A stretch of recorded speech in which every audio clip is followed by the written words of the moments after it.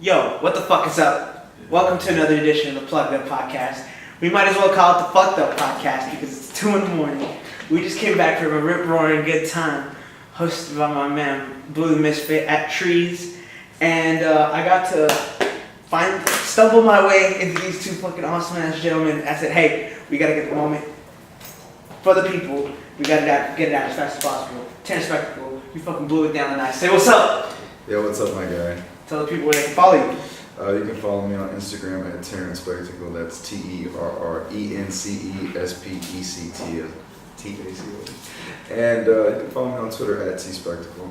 Sitting to his left is the unmistakable, the motherfucking last samurai, chilling in the mountains, sharpening his sword, Devy Stonez. How you doing, boss? What the fuck is up, my guy? What's up with you, man?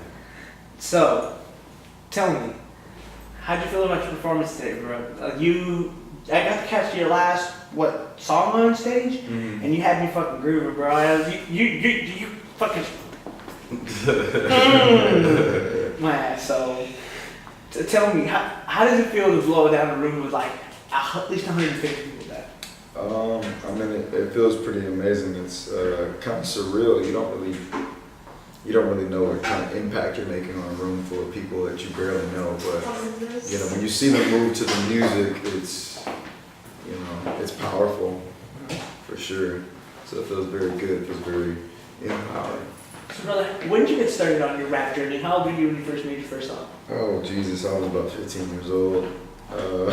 Give the type of people a time reference. How old are you? I am 23, so it's been 8 years since I made my first song. Oh man, goddamn. Yeah. How about you, bro? I've been doing music my whole life, but taking it seriously probably in 2013. So that make like what, 5 years? About 5 or 6 years. Right around. So how old are you, brother? I'm 21. I'll be 22 in a couple weeks. Okay. Yeah. Happy. What do you say before belated birthday? Like belated is before, but like happy birthday. soon come birthday. Yeah, thank you, man. I appreciate it. So, tell me, let's get a little bit in the weeds. What do you do during the day? Do you care to divulge? Do you want to live? No, during the day, I'm actually an accountant. I do accounting throughout the day, and that's kind of like, it's my Clark Kent moment. It's like I'm really a superhero, but during the daytime, I put up the front that I'm weak. The night out shit. Yeah. I have a secret love for accounting, bro. Accounting runs deep in my family. My mom is a CPA. Oh, I grew up in so is my mom. I grew up in putting things in the QuickBooks and stuff. So like when I was 14, my day job would just be like, over the summer, my mom would give me like a month's worth of input and just be like, if you knock that shit out for the rest of the day, you can chill at the crib, at my computer, and like, you're home alone all summer. Boy, I blew it down so many fucking times, did so many months. Your boy should have a CPA license someday. Definitely handle up on that, bro. So, Devy, where'd you go to high school? I went to Rowlett High School. Oh shit, for real? Yeah, I went to Rowlett. What are you, 2014, 2013, yeah, baby? 2014. Yeah, how you know? How the fuck you know that shit? Motherfucker, I think I played football against you. Wait, what school you went to? LC, nigga? What? I don't fuck with y'all lady niggas. What's up, Fox?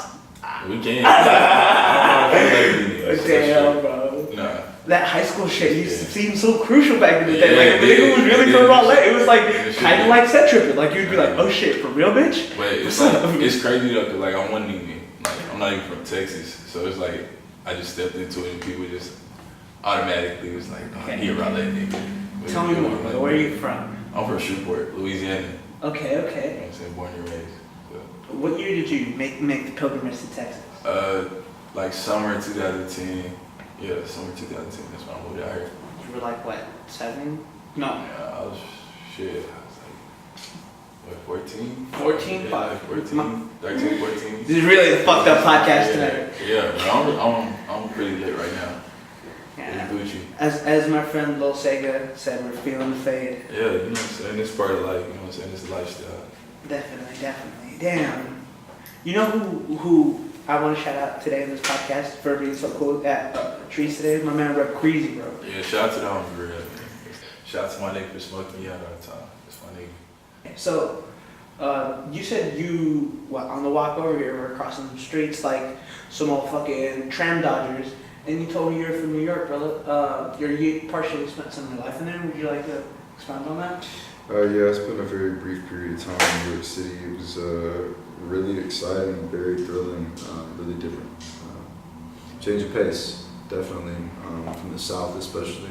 Okay. I grew up in the North, but I never spent time on the East Coast, so my life, even though it was short-lived in New York City, was very, very pivotal in kind of shaping the way I looked at things and how I saw people and their movements.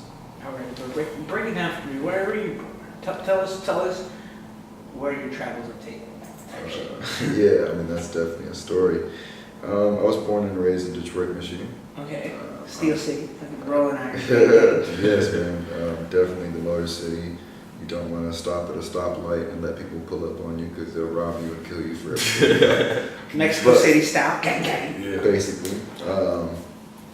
Yeah, when I was when I was about 13 or 14, I think it was 2009, I moved from Detroit to Dallas, and the following year I just really pursued a music career, but from a young age all I did was really write poems. So it's kind of interesting that poems and a northern upbringing took me all the way to the South and led to a music career. It's really interesting, very interesting parallel. Where would you say your music is? What would you say your music is steeped in? Like, what are some of the flavors of the music you listen to that show through the music you make? That's a great question. Yeah, it is. Yeah, let me write that shit down. I already High five, George. It was funny. I learned a lot about music from my mother, actually. She is a huge R&B fan. My bedroom is actually covered with vinyl records from my mother's childhood and her adult life that she kept. And a lot of that music sonically has influenced me just because of how it comes across it's not just words, it's not just sonics, it's things that move you, right? Like intentions. yeah, it's almost music that carries a physicality. Like you see where that music was when you hear it, it carries the weight, it carries the texture. The sound means more than just a sound. It doesn't just go through one ear and out the other. Yeah, it's a feeling. One of the few people that I've seen sort of mimic that in our generation is that man Picnic Time. So shout out Picnic Time. Interview soon, Cam. He's gonna be sitting in this couch right here. Bro, Picnic Time really be making the music that makes you want to take a Quaalude and fucking wear small platform shoes, big old glasses, bell bottoms, and just And Picnic killed the show tonight, so shout out to him. Hell yeah. Definitely had the vibe going. Boy, when those lights hit me and the fucking he was hitting the drum machine here and moved over to the piano, I said, yeah, he was definitely this is really a talented ass man. Yeah, man, this set was amazing tonight. It was, yeah. Bro, I'm glad we got to experience the dope ass concert tonight. I really was about to stay at the crib. I mean, I would have saved my ass a car tow, but I wouldn't have opened these goddamn doors, goddamn. Yeah, we here, man. Everything happens for a reason, You just gotta adapt to it, you feel me? Fuck yeah, man. So, tell me then, who's the first person you laid down a track with? Like, where's studio? First time I laid down a track. I was with my homie Daryl back in Louisiana. I had moved out here, but I went back to Louisiana for a summer to keep it with my mom's, and he had a studio at his crib. You know what I'm saying? And that was the first place I laid a track in Bossier City, Louisiana. Oh, shit, shout out Bossier City. Yeah. That was sick at state park there. I remember. Yeah, for sure. But shout out to the homie Daryl though. And then I got back to Texas and I didn't really meet my dad's side of my family until I was around 8. So when I met my uncle, I found out he was a rapper too. So then I kicked with him and I was recording straight into the PC type shit. Okay, yeah, with the headphones? Yeah, you know what I mean? I really didn't even have headphones. It was straight into the built-in mic into the computer. Oh shit. Yeah, so I was just recording. Raw as fuck, no mix, no master. Yeah, you feel me? And me and my brother, we was just recording on there. I think that was my second song that I did. Brother, tell the people who you're recording with now and give those people a shout out. Yeah, shout out to the homie M-Side, you know what I'm saying? That's the engineer, you make sure I sound right. Shout out to the homie Large Blake, that's one of my main producers that I work with. So most of the time, if you hear any production, it's by Lars Blake and also Daily Breed. Those are the main two producers I work with. Interview with them soon come. Yeah. So, tell me, who is the people that you like to work with here in Dallas, producer-wise, brother? There's really only like one person mainly, but I've definitely built a network of producers to work with. Lars Blake is actually, he was the first in-house producer I ever had. And he also played in my live band, so we have kind of a deeper connection as far as music comes. And I kind of trust his ear. We're not a duo that has to talk. We don't talk about what we're gonna do. We just kind of like give each other stuff, and when we get it back, it's like, damn, this is amazing. Yeah. And that's a really beautiful dynamic. But there's a plethora of other producers. Ish D being one, Super Miles, my boy Cal Banks, Barry Banks, no relation. My boy D-Woo.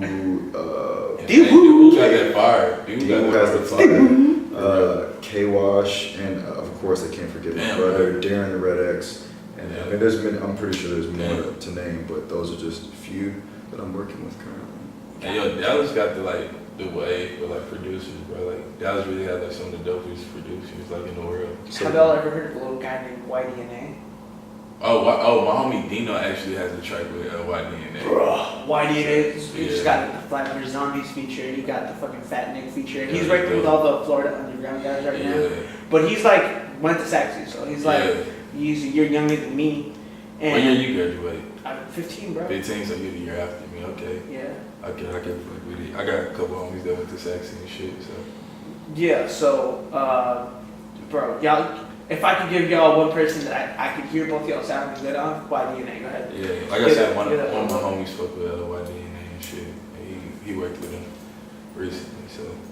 I mean, if it happens, it happens, you know what I'm saying? I'm really like, it has to be organic with me, you know what I'm saying? It's like I got to meet you, we have to vibe, like that's what I go off energy and vibes. So it has to make sense. Here's my one DJ Vlad question. Do you sell features? Do I sell features? I do sell features. If you need one, hit me up. I got you. Okay, when you make a feature, do you have to vibe and it has to be organic? I definitely have to vibe for it because I definitely turn down features because I wouldn't really fucking with the song. But if I fuck with you as a person, I would be like, yo, I'm really vibe with this, send me another one type thing. You know what I mean? Because like, it's all love with me. Like, if you fuck with me and fuck with what I do, then I'm going to fuck with you off top.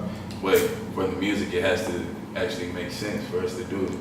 So, and it might take a few times for us to get that right one, you know what I mean? So, what's been your favorite feature that's been placed on somebody else's page? my favorite feature, I don't know. I don't think I can really answer that question right now. But I don't really do a lot of features. You know what I mean? I really been working on my craft recently, so like I ain't been doing a lot of features recently. But I got a track with Gun and the homie A Savage that I really been jamming a lot. You know what I'm saying? So I fuck with that track.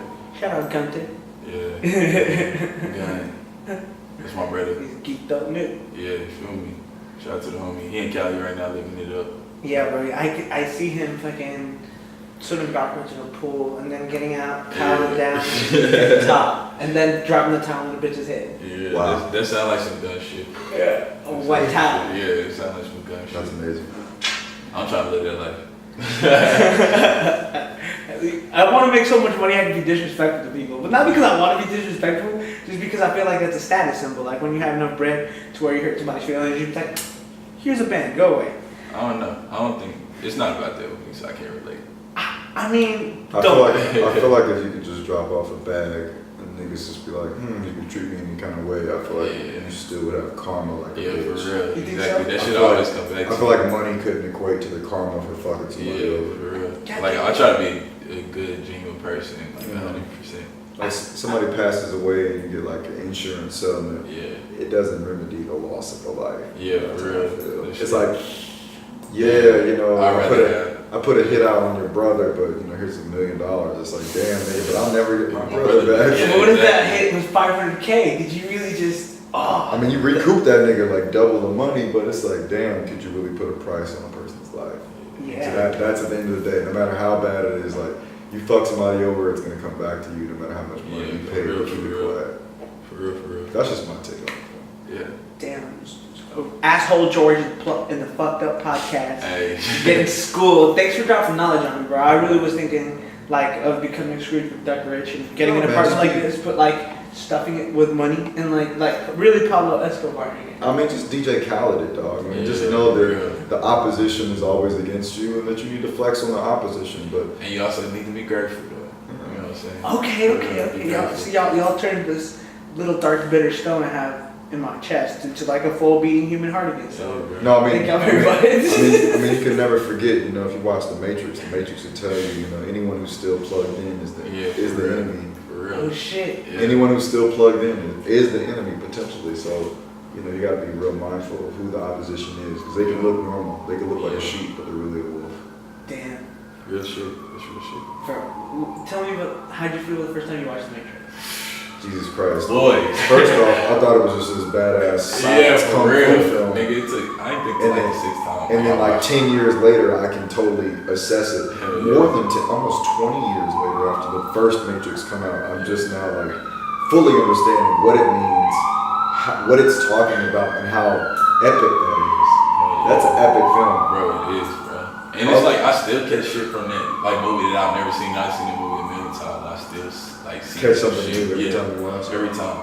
Like that. I feel like this one of the best trilogies. Like, I feel like I wanna put y'all in the stew together while the Matrix is playing, like in a projector in the background, and just project that onto y'all while you all just I trade feel like places. you make some crazy shit though. You can do that at the house. Yeah, I have a projector in my house. Yeah. I just kind of like listen to music and just kind of vibe out. Hell yeah. Listening. Hey, Spade got the jams in his crew. He got all the records, you know what I'm saying? All the R&B records, so, you know what I'm saying? He trying to catch a vibe, come out at them. I'm definitely building a catalog so people can just pull up and play vinyls in my crew. Bro, that'd be fucking amazing having like a vinyl library, and then like people be like checking your shit out. But like to get a record, you have to bring a record. So that's like pretty fire record. Yeah, you could have a record party. Yeah. Like bring a record, play a record. You know, kind of like a potluck, but it's for vinyls. Damn, that shit is dope. That's a dope idea. Yeah. Hey, nobody steal our shit. That shit. 20 point gun salute. Hey, bro, shout out to Blue, man. He really did have a great show, man. Blew it down today. Yeah, that was some different shit. Bro, that fucking mask look. Yeah. That shit was so nice. next. Yeah. And then like even him like performing in the middle of trees, like nobody has ever seen that shit. Like, no one's ever performed in the middle of trees, bro. Like, that's crazy. Yeah, the whole stage. It still had the whole audience captivated. Yeah. It's amazing. I feel like he really executed that. Mr. Terrence Spectacle. Yes, sir. Please tell the people at home what the fuck you got going down and what's coming down with Terrence. I just released my latest single produced by Lars Blake. It's called When You're Lonely.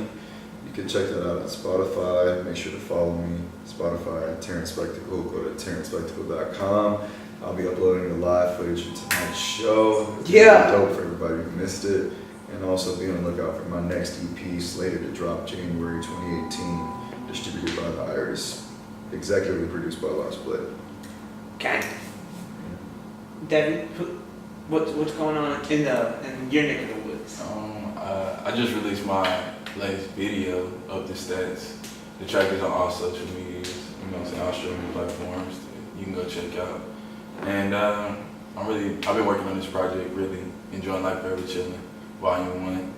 You know, so that's coming soon. I don't really have a date for it yet. I'm still working on it, making sure everything works for y'all, but it's definitely coming soon, so be on the lookout for that. And we just working, man. Since you guys mentioned that you guys are distributed in all platforms, I wanted to ask, who do you do your distribution through? Hey man, that's an odd Yeah, question. I for can't real. tell you. We can't do it. I mean, that's like telling you like The how playlist? that's like telling you how I make the good burger sauce. Yeah, for real. Damn, I just asked for the fucking Krabby Patty formula. Yeah, we can't give away the I can't tell you that. That would be in violation of my Yeah, contract. for real. All right, so let me just. No, it's not one of those like if I tell you you're gonna die. It's just, you know, you just don't want people to steal the sauce. You know, sauce is forever, but you know, people want that immortality, and we can't really give it that well. Ladies and gentlemen, here in the Plugged Up Podcast, we protect the sauce. This has been another installment. Suck my dick from the back. We out.